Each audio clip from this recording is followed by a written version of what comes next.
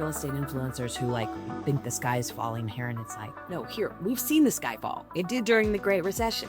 That's the sky fell. It's not happening. Be at night, pour gin LaCroix, and I'd say, okay, here's the housing market. Let me tell you.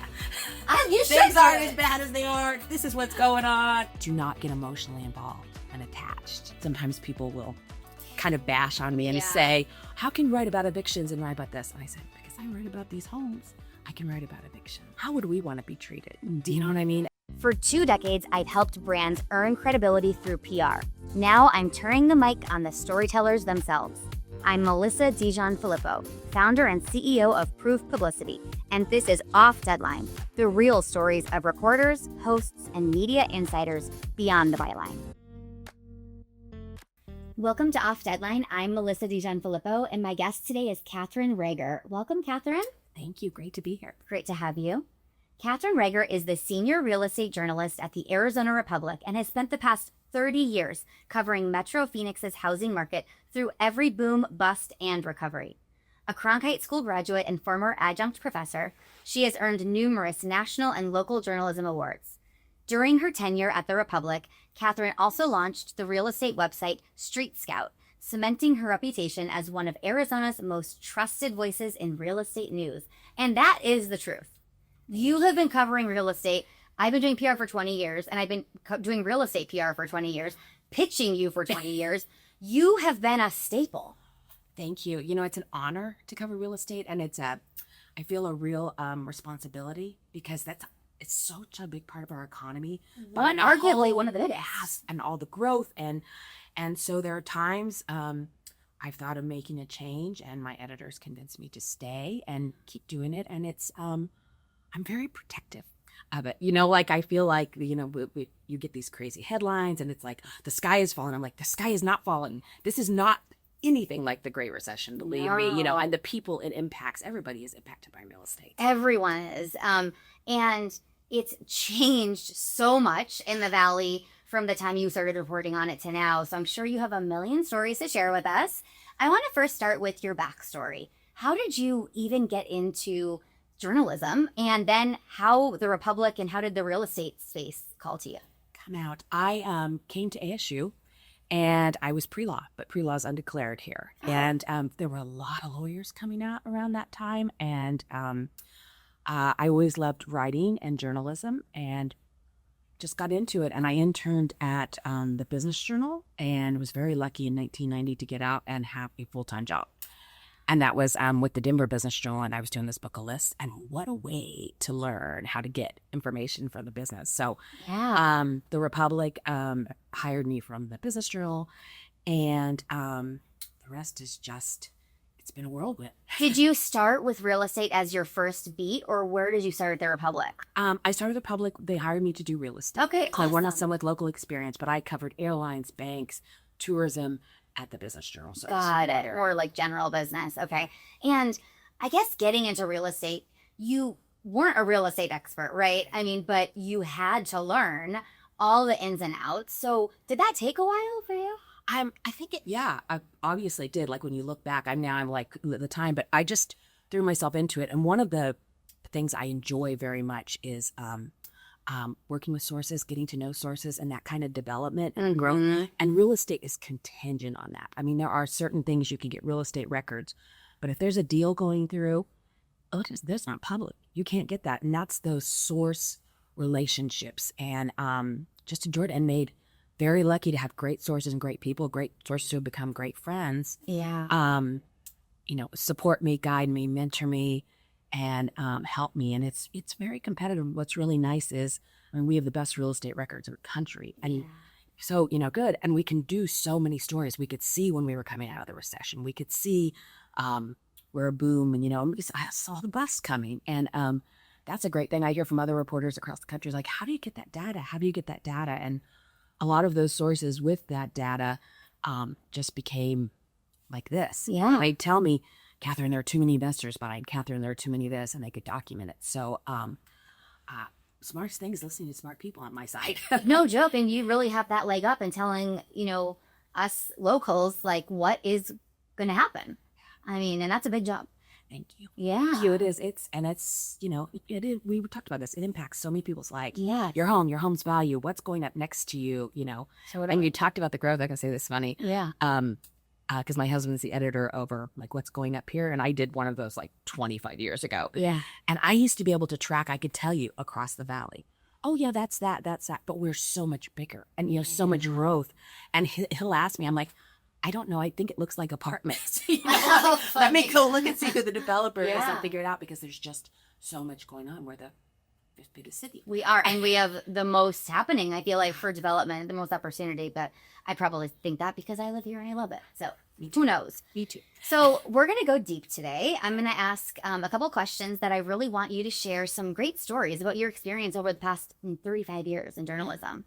So let's start with, what story have you covered that has stayed with you the most, and why? I would have to say now it's rivaled by the current, what happened with the evictions and what happened during pandemic.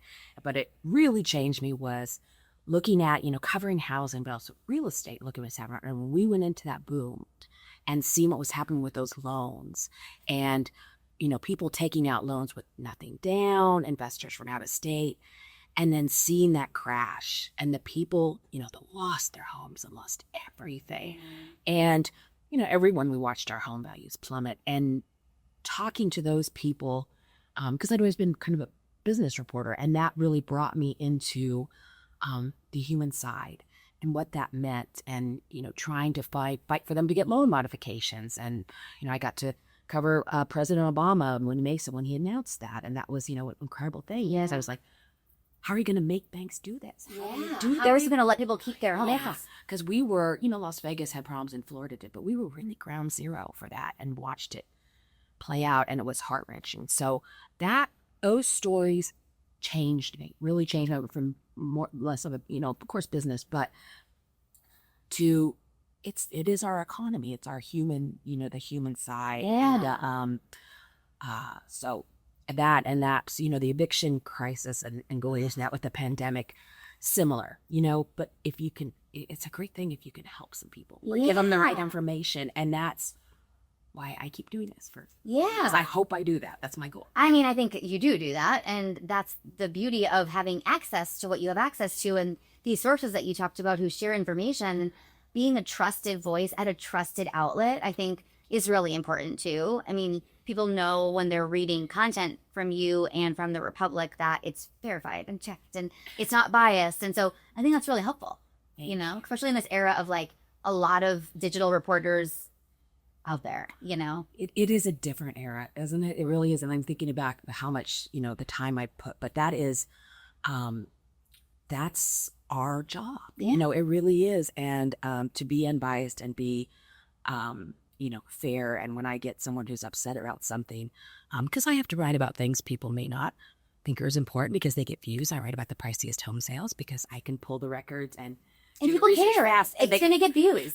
I have dear friends who say, tell me who bought a house who bought this. And because sometimes you just need that. And also like knowing who your neighbor is or what's going on. And we get really interesting people moving here and buying homes.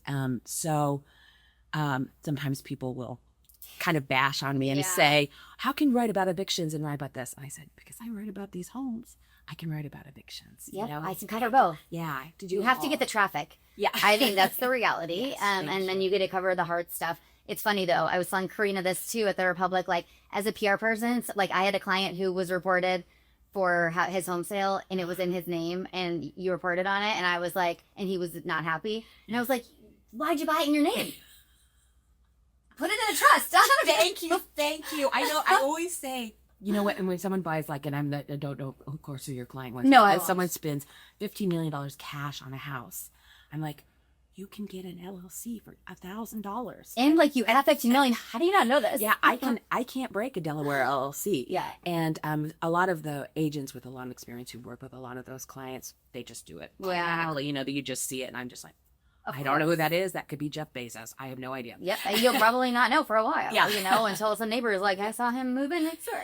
Yeah. So it's a love-hate thing, but appreciate that you have access to that information. So thank you for understanding. Of course. I educate my clients on it too. I'm like, look, there's ways around everything a little bit, but also information is going to get out there at some point. So we have to be comfortable telling the story at some point.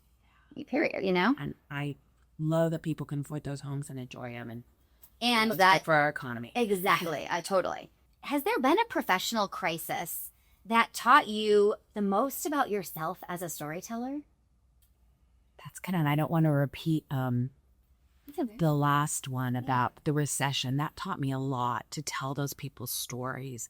And what was hard is, and it was this way with the eviction, I was more prepared for the eviction, is to not get emotionally involved and attached. You know, I remember, you know, because there were so many people who couldn't buy groceries. They couldn't do anything. And, you know, I wanted to go get them Safeway gift cards, you know, and, you know. You're like, I'm just a reporter. My editor's how like, could yeah, you can't do that. But what's great about that is learning the resources. And I really, with the eviction crisis, being able to give someone reached out, and I still get lots of calls, being able to get them to the right service and get those and having those connections. But those personal experiences really changed me. And just the time you spend listening, and even, you know, and also what's tough is because you don't ever want to use those people to tell your story. You want to, but they help so many other people because they realize I'm not alone. I'm losing my pets, and I'm lost because I've lost my house, and where do I going to live? And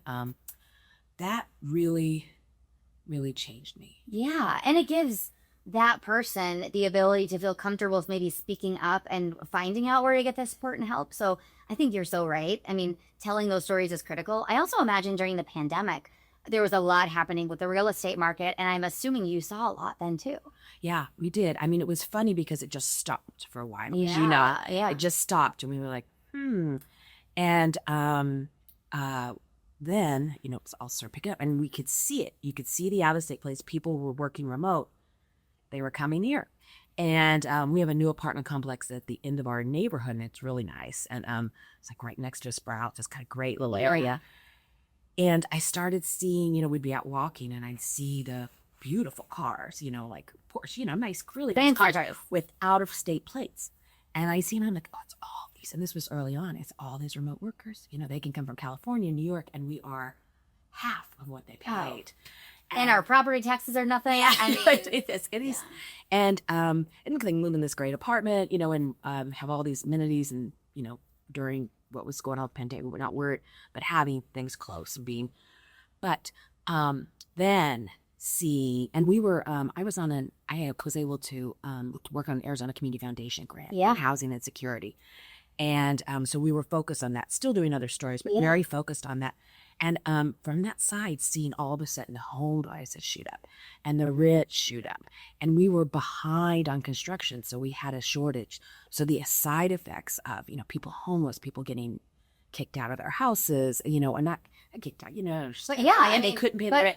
And the rent aid went away. And understand that landlords have to, you know, they're paying the bills. They have to, it's a really tough situation. I totally feel for that too. Yeah. Of course. I was like, it's a business. I mean, does it take you under, you know, or like, and you have to figure out, so I have also met great landlords who were empathetic, and they'd find help for their, you know, tenants who couldn't afford, and landlords' friends who went, you know, months and there was no aid or anything because they were just trying to do the good and keep somebody and find them there. So that was a really tough time. But what's good is we had all that federal money, so you could get a lot of people help. And I'm talking about the advocates and all the people who were involved with that, and they were just wonderful. I'd say, hey, so-and-so's calling me, I've reached out to them, their calls, and they would get on it and they'd call. And that's awesome. They kept people in homes, they kept people in jobs. Yeah. So that's got to be a great feeling, knowing your job has allowed you to help people in that way. And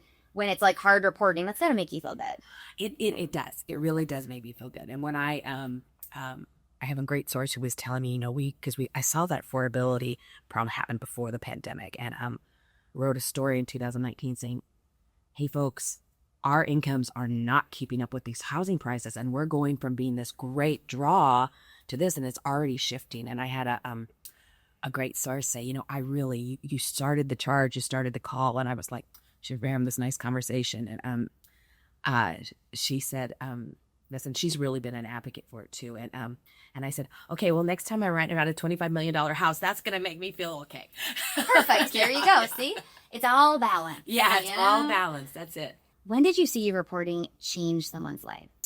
Project during 2004, because our economy was really heavily relied on real estate. Yeah. We're concerned, there'd been a recession in the 80s. I wasn't around for that. But that was very varied. And I followed a home. We called it lot. So it was lot 1113 in Verado. And I worked with D&B and worked with all these contractors. And we followed someone buying a home and the economic impact. And through doing that, I went out there to Verado, my little Miata, the freeway. Gosh, I know. Hike too. It's like halfway to California. It is like 3 times a week. And I would talk to the contractors and I would talk to the workers. And, and I'd be going down going down the road with all these concrete trucks and seeing this growth and seeing it head that way. And these people who were, reliant on this economy and were living good lives because of it.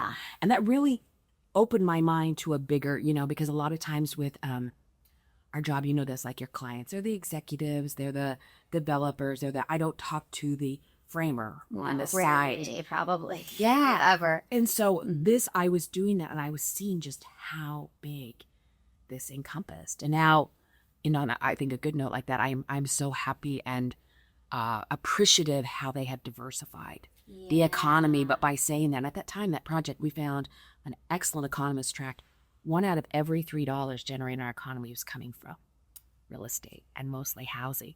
Yeah. And so that being able to show that and say, hey, we've got to, and a lot of business leaders said, this is good to know. And now look, TSMC. I know, we had to diversify. Yeah. Yeah. Like Arizona, to quote Russ Wiles, is growing up.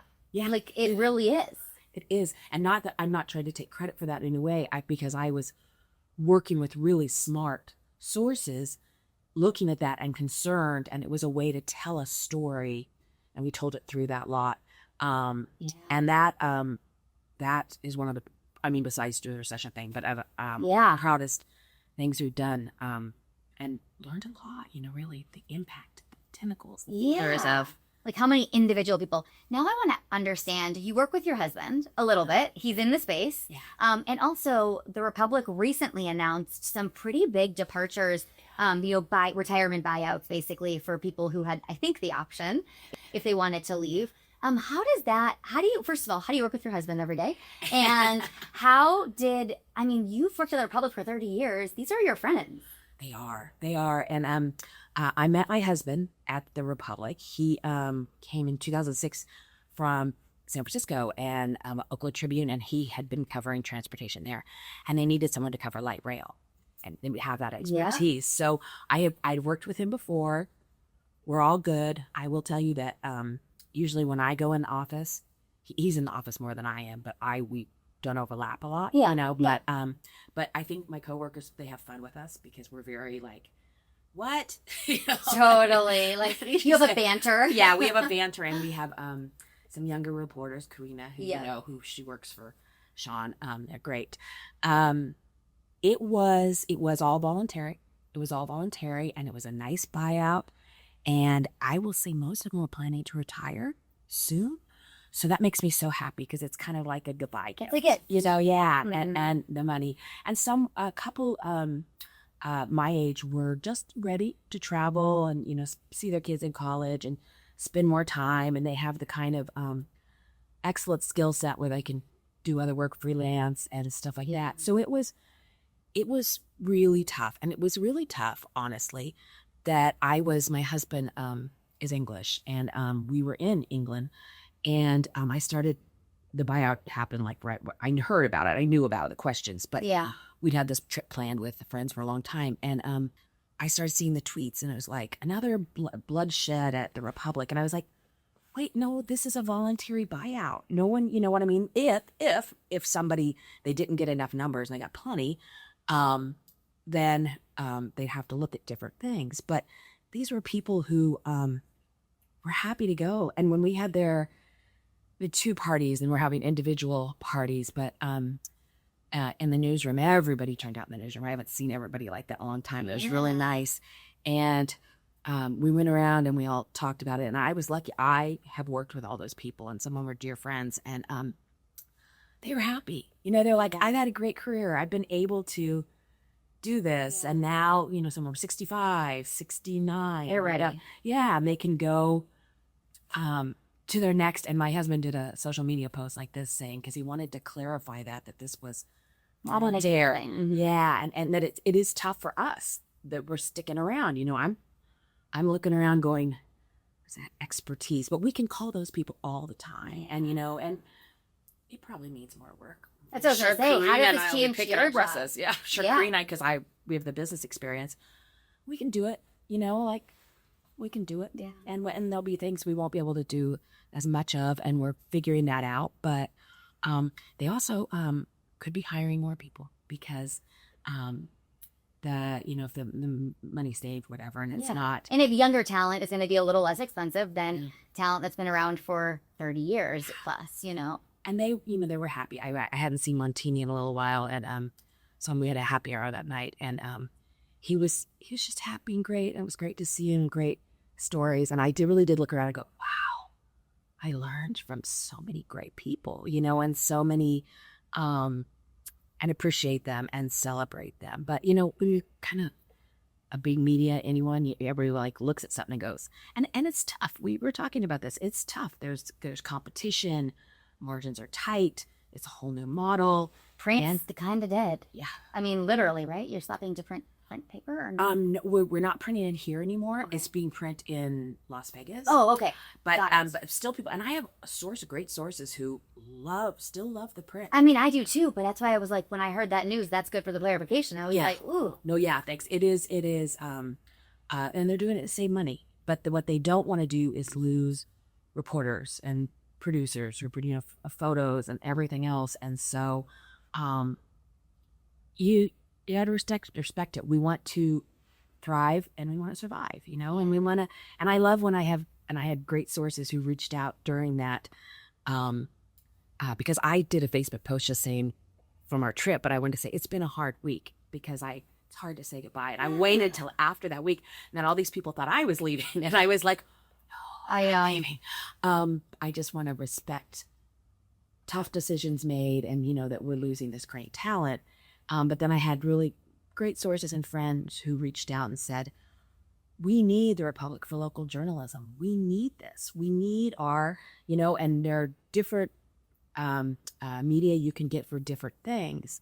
But who's going to cover this? Who's going to cover that? And guaranteed to follow journalistic standards and be trained properly. It's beautiful that we have so many different news sources that are Instagram news and TikTok news. Awesome.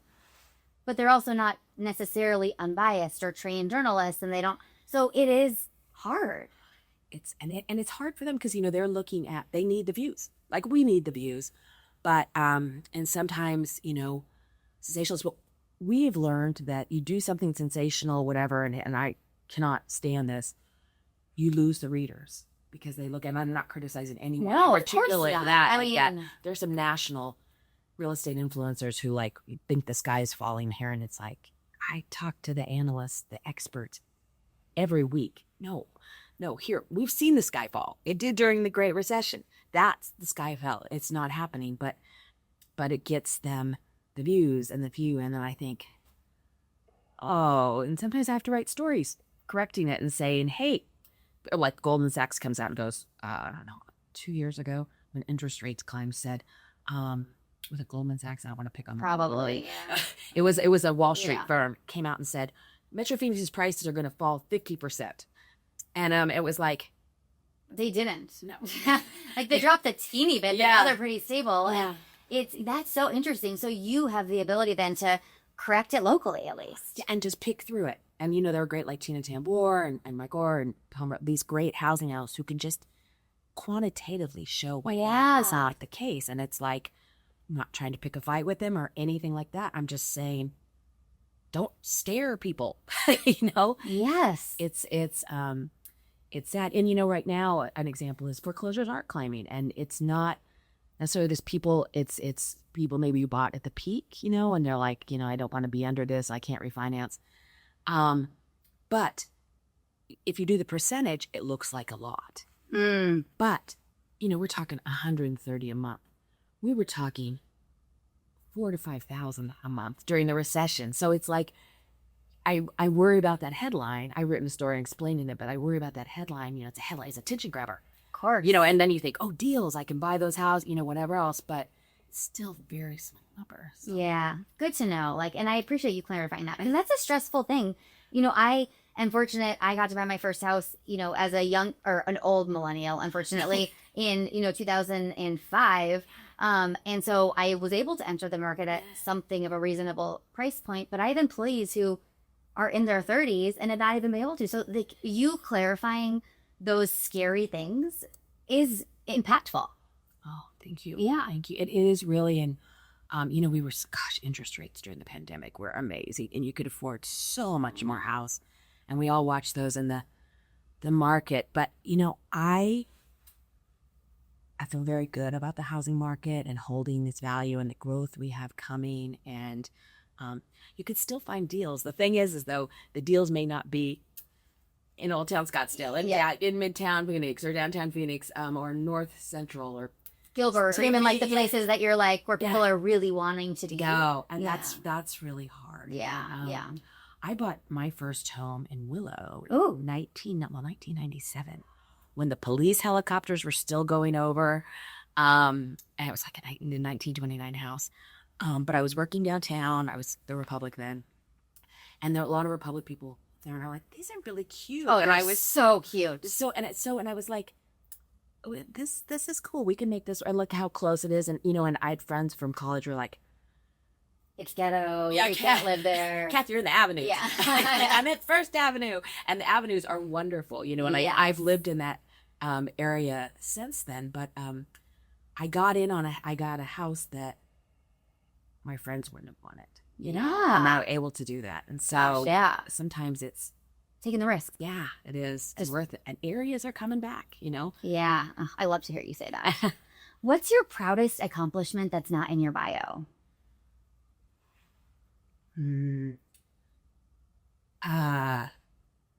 Personally, professionally, could be anything. I think what I'm most proud of is the journalism I've done, but also the wonderful friends I've made and my friendships and those relationships, and built that over time. And I'm really proud of those relationships and the people that I've been able to get close to. And when I sit back, and you think, how do you do this? But a lot of them I met through here. Yeah. And I've become dear friends, and through our work and our passion together. And that's great. And you never know how those relationships can impact you down the road. I think that's what I've learned in my field, because I get to meet so many different people, journalists, clients, community leaders alike. And you just never know when you need to call them. And it's really nice when you've done a good job, you've been fair, you're responsive, you hold up your end of the bargain, and you end up building a great relationship with someone like that. It's a good thing. And even if we don't have children, but my friends' children and now grandchildren are like mine. I feel like an aunt to them, and I love them. And when I see how they grow in those relationships and the people they become, I'm really proud of them, and lucky to have been in their lives. And that's awesome. I love to hear that. What childhood dream or obsession still shapes you today? Fairness, being fair. I am, and that's why I wanted to be a lawyer, and I'm a Libra, and that's like a double Libra. So I have this sense, if things are not fair, it's like, what is coming out? And I go into my reporting that way, like, is this fair? Is it fair you feel this way? And my poor husband, I will argue a point that he can agree with me, but I'll be like, it's not fair. Yeah. That's not right for them to do that and to take that and these people. And he'll be like, I agree with you.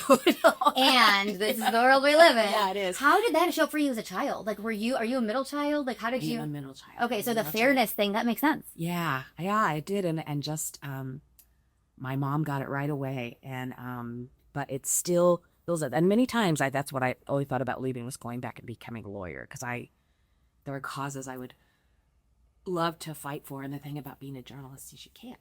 You can't. You just You're have to unbiased. be right down the middle, and you Yeah. can't ever show anyone your to be decent at it. You can't show anyone your personal feelings. Like only my closest friends know my politics, and I'm not. No, and you would We're never glad share it. to. That's why would you? You Yeah, know? it does it. It shifts people's mindset right away, and even we had a reporter who put a political sticker in there. I think it was a sports reporter on the back of their car. Mm. And it was like, You can't do that. no, you can't do that. No, you can have no opinion. Yeah. I mean, and that is just part of the job. Yeah. And you do that because do you want to read, get reporting, get news from somebody who is biased? No, yeah, or who you know is opposite of you, which, like, as a reader, you just want to hear. I mean, I just want to hear the facts, and what it means. Period. I love that. And that is so, and some media, that's how they made their way, Yeah. and how they're surviving because they're going one way. But it's really hard for me to watch those because I'm like, It's not okay. okay, that's not how we do it. Little twitch. Yeah, that's not how we do it. Yeah. So, but that's been an evolution too. We watched that happen, and the divisiveness makes me sad. I know. Me too. I am unfortunately a recovering people pleaser, and I don't think you ever lose that full part of yourself. I just want everyone to get along. Period. I'm so with you. I am so with you. My husband's always like, stop trying to please everyone. I'm like, but it makes the world a better place. It does. We try to please people. Like, it's 'Cause okay. we care. Yeah. We care. Yeah. Okay, we're into rapid fire. Okay. So your job is to say the first thing that comes to your mind. And if you have a small story with it, I want to hear it. Okay. What's your go-to comfort food, drink, or ritual when the pressure's on? I love a gin and LaCroix. Ooh, what flavor LaCroix? Pamplemousse. My favorite LaCroix flavor. Grapefruit, for those who don't know. So good. And it is like on a particularly hard day. And it's funny because a bunch of the reporters I work with, the younger women, they were talking about influencers and doing these podcasts. And they were like, so you know how they're doing it and they're doing their makeup on, they're telling you what they're going to do. Yeah. And they went, what would you do? I go, I would pour, it'd be at night, I would pour a gin and LaCroix. And I'd say, okay, here's the housing market. Let me tell you. You Things should aren't do as it. bad as they are. This is what's going on. And anyway, I told that to my editor and he goes, I'll watch that. You should do it. That was like a TikTok takeoff for sure. Hey, I'll do your PR for Okay. free. Okay. But I was like, just that one gin, I'd be like, okay, I'm going to be honest with you. So, 100%. And do you add a little slice of grapefruit? That'd be so. Yes, I do. I do. Okay, we'll have to do that together. I will tell you, I'm a skinny margarita girl, Oh, but I like a ranch water, like 2 limes and orange and like a soda water and tequila. Very clean, so I don't want all the sugar, just like you probably. And so we'll just like make a couple and swap them. Yeah. I love that. And we always make the jokes because the citrus, I'm like, well, we don't want to get scurvy. Of course not. Yeah, of course not. Your secret journalistic superpower. I hope that this is a thing. I think hopefully being nice, listening and asking and not coming in like a bulldog and saying, hey, I know this is really hard to talk about. Hey, I know you're busy. Because I taught this in journalism, how would we want to be treated? Do you know what I mean? And how would we want, and whenever somebody comes like that, I'm like, would you want me to treat you the way you're treating me? But I have made great sources and friends and really had people open up to me because it was good for the greater good for people to know things because I try not to be a jerk. That's a great answer. Kindness goes far. It really is a superpower, honestly. What's the strangest thing you've ever put on an expense report? I was thinking about this. Jenna Jameson? Oh, yeah. She Porn star. Yeah. Yep. Who She had bought, Babes Cabaret, I think, here locally. did she something like that? I think she sold it, but yeah. And that's not her real name. No. Her real name. And she bought one of her real name. And I didn't know who she was. Well, I mean that makes sense. Like, why would you? My husband's always like, some of the things naive. I'm like, I just didn't know. So anyway, somebody said she bought a book. So I bought her book because we were writing a story about it and I expensed it. And it was, A Life of a Porn Star. Yeah. And my editor said I could, but it was still like you kind of need to know who it is because it was a bigger story because she was Much doing all bigger. this stuff here. And I'm like, okay. That's so funny. I imagine that accounting person's like, oh, all right. I put it in the book sale after I went through it and everything, and somebody was like, "Who?" Like, that's me. Yeah. If I weren't in this career, I'd be A lawyer. I knew you were gonna say it. It makes sense. Fairness, kind of going to ASU for that initially. Yeah. Or I would love to work for housing nonprofit or something like that would be the other thing, and that's a real passion in what they do to people and keep it. But yeah, That's awesome. Advice you'd give to someone starting in your career today? try not to say no. If you get an assignment and it seems hard, do it. Try it. If they want you to go cover a riot, unfortunately, do it. Don't be afraid. Yeah. Do it. And then when I was that, they're like, "Oh, we need you to cover this. We need you to cover banking. I'm like, okay. I want to learn. I want to do it. And when the Republic was sold to Gannett, Bram Resnick was my editor, my dear friend. Mm-hmm. I wasn't the media reporter. I was a real estate and economic development reporter. But he was like, "We need you to cover this. It wasn't sold. We knew we were in play because they broke the trust. We need you to cover this." And I'm like, "Okay, I'll learn the media." And I cover it with my best friends, Don Gilbertson at the time. And I'll learn the media. And they sent me all across the country because everyone was opening up. The New York Times was buying, the LA Times was selling, Chicago Tribune. They were all opening up these family trusts. And they sent me all around, and I would go up on the stage of these meetings where they were speaking. It was like newspapers were the thing people wanted to invest in. And like 2000, was that 2000? And I would, publish in the New York Times. Excuse me. Do you want to buy us? Wow. Do you want to buy the Republic? Do you want to buy the Republic? And then we would talk to me, and it was nice to me because I fell off the stage. And That's probably a whole other yeah, story. my dress and heels. But just if you can't, don't say no. Try it. What if you fail? You could fail. You learn. Yeah, and look for that support. Like I try to support younger reporters all the time, or even reporters who are doing some kind of other assignment, and you'll get that support to learn something, and you'll surprise yourself as a young journalist. That's a great piece of advice. Just do it. Like, don't even try, just do. And fail, that's fine too. Failure is better than not learning. Yeah, it is. And that in the summer, they had me all across the country. I was supposed to be in a wedding. I got stuck in D.C. They couldn't get me back on a flight. I missed the wedding. And I learned all these things. And, it gives you life perspective, but also your friends who love you understand you're a journalist. You can make it up to them. You can. Thank you so much for doing this today. This was such a pleasure. I really appreciate it, Catherine. I really appreciate it too.